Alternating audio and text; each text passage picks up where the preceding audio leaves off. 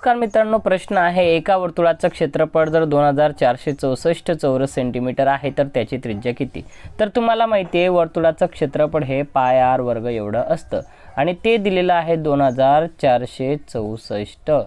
मग आता तुम्हाला काय करायचं आहे मित्रांनो की या 2000 पायची किंमत 22/7 असल्यामुळे आपण आर वर्ग बरोबर 2464 ला गुणायचं कितीने 7/22 ने, बरोबर।